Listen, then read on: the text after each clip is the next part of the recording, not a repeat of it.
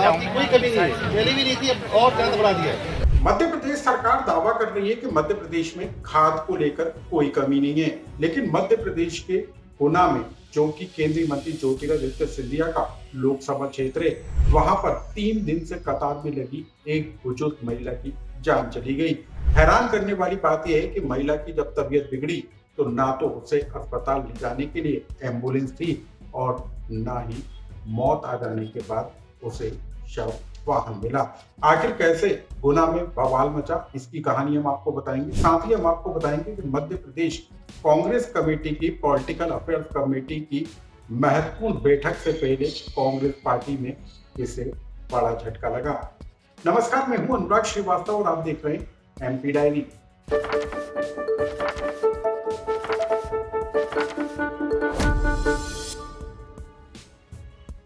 ये तस्वीरें मध्य प्रदेश के गुना के खाद वितरण केंद्र की हैं, जहां पर गुना के कलेक्टर किशोर करन्याल खाद वितरण केंद्र पर पहुंचे और लोगों को इस बात का भरोसा दिलाया कि जिले में खाद की कोई कमी नहीं है, व्यवस्थाओं को भी सुधारा जा रहा है। कलेक्टर साहब ने कहा कि अब सुबह 7:30 बजे से खाद वितरण की व्यवस्था को शुरू किया जाएगा। साथ ही कलेक्टर साहब ने ये भी बताया कि NFL प्रबंधन से 50 अतिरिक्त ट्रक खाद की उपलब्धता सुनिश्चित की जा रही है।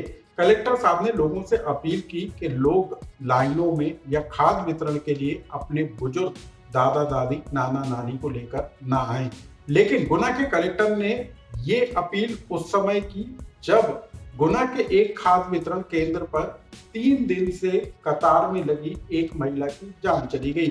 2 दिन तक महिला लगातार लाइन में लगी रही और जब उसका नंबर आता था तो खाद वितरण की व्यवस्था बंद हो जाती थी और इसी वजह से महिला अपने 2 बच्चों के साथ रात के 11 बजे ही खाद वितरण केंद्र पर पहुंच गई। वहां पर उसकी तबीयत बिगड़ गई और कुछ ही मिनटों के बाद उसकी जान चली गई।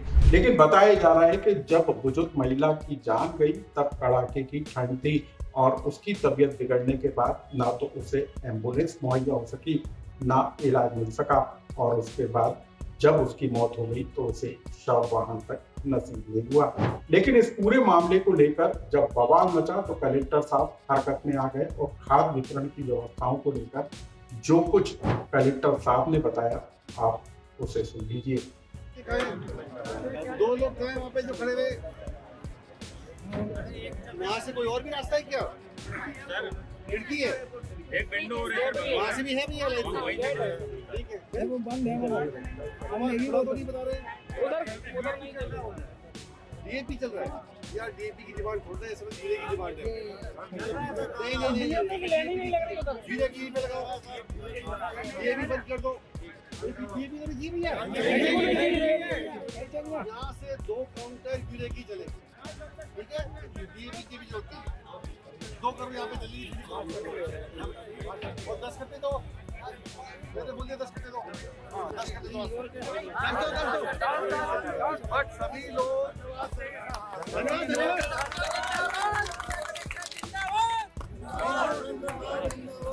अब इन तस्वीरों को देख लीजिए, ये भी गुना की हैं। केंद्रीय मंत्री ज्योतिरादित्य सिंधिया जब गुना में विकास कार्यों के कार्यक्रम में शामिल होने के लिए पहुंचे तब वहीं पर मंच पर मौजूद कलेक्टर साहब को बीजेपी विधायक पन्ना लाल शाह ने खरी खरी सुना दी।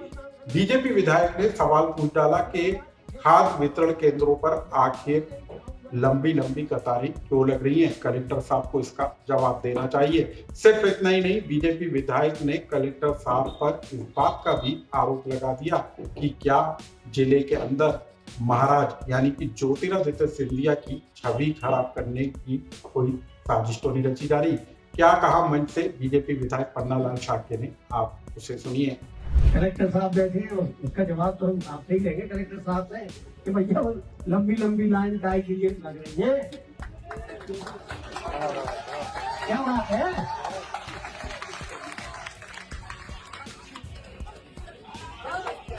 क्या बात है बताओ ना। आपकी व्यवस्था कैसी है? क्या महाराज साहब को बदनाम करना चाहते हो? क्या महाराज के क्षेत्र में ऐसा हो गया है? मैं कभी नहीं चाहूंगा इस विषय पे, कभी नहीं चाहूंगा। वो रात भर महिला वहां तड़पती है, ये मर गई, क्या हुआ, उसका क्या कारण था, पहले इस बात का जवाब दिया जाए। कुल मिलाकर गुना लोकसभा सीट में खाद की किल्लत को लेकर परेशान किसान जो हैं आधी रात तक ठंड में जो है लंबी लंबी कतारों में लगे नजर आ रहे हैं। उसी का नतीजा है कि महिला भूरी बाई की इसी खराब सिस्टम के कारण जान चली गई। एमपी डायरी की दूसरी बड़ी और महत्वपूर्ण खबर कांग्रेस पार्टी से जुड़ी हुई है। कांग्रेस पार्टी की पॉलिटिकल अफेयर्स कमेटी की महत्वपूर्ण बैठक पीसीसी दफ्तर में हुई, जिसमें पार्टी के तमाम बड़े नेता मौजूद रहे। हम आपको बता दें कि बीते दिनों राहुल गांधी ने कांग्रेस के नेताओं की शिकायत पर इस बात के निर्देश दिए थे कि हर महीने पॉलिटिकल अफेयर्स कमेटी की बैठक होना चाहिए और उसमें फैसले भी होना चाहिए। लेकिन इसी कमेटी की बैठक से पहले कांग्रेस पार्टी के अंदर एक बड़ी खबर निकलकर सामने आई। एक कांग्रेस के प्रदेश प्रभारी हरीश चौधरी के हस्ताक्षर वाला पत्र सोशल मीडिया पर वायरल हो गया, जिसमें प्रदेश प्रभारी हरीश चौधरी ने प्रदेश कांग्रेस अध्यक्ष जीतू पटवारी के द्वारा जिलों में नियुक्त किए गए संगठन मंत्रियों की नियुक्ति को निरस्त कर दिया। बताया जा रहा है कि प्रदेश कांग्रेस अध्यक्ष जीतू पटवारी ने एआईसीसी से बिना अनुमति के जिला संगठन मंत्रियों को नियुक्त कर दिया था, जिसकी शिकायत जिला अध्यक्षों ने प्रदेश प्रभारी से लेकर राहुल गांधी तक की थी। और इसी मामले को लेकर राहुल गांधी की नाराजगी के बाद प्रदेश प्रभारी ने इन नियुक्तियों को निरस्त कर दिया। लेकिन जब यही सवाल मीडिया ने प्रदेश कांग्रेस अध्यक्ष जीतू पटवारी से पूछा तो उन्होंने क्या कहा, आप उसे भी सुनिए। नियुक्तियों के संदर्भ में अगर कोई रोक लगी है तो पहले तो ये आपकी भावना हो सकती है कि क्या उसके अंदर की खबर है, आपका दायित्व है। एक मिनट पूरा सवाल का उत्तर, आपका दायित्व भी है, आपका धर्म भी है कि उसमें से खोजो, पर खोजने के लिए आपको कुछ नहीं मिलेगा, सब ओके है, एक नंबर है, बहुत बढ़िया है, नियुक्तियां वापस एक आध दिन में हो जाएगी। एमपी डायरी से जुड़ी इन खबरों को लेकर यदि आपका कोई सुझाव या कमेंट्स हो तो हमें कमेंट्स बॉक्स में लिखकर जरूर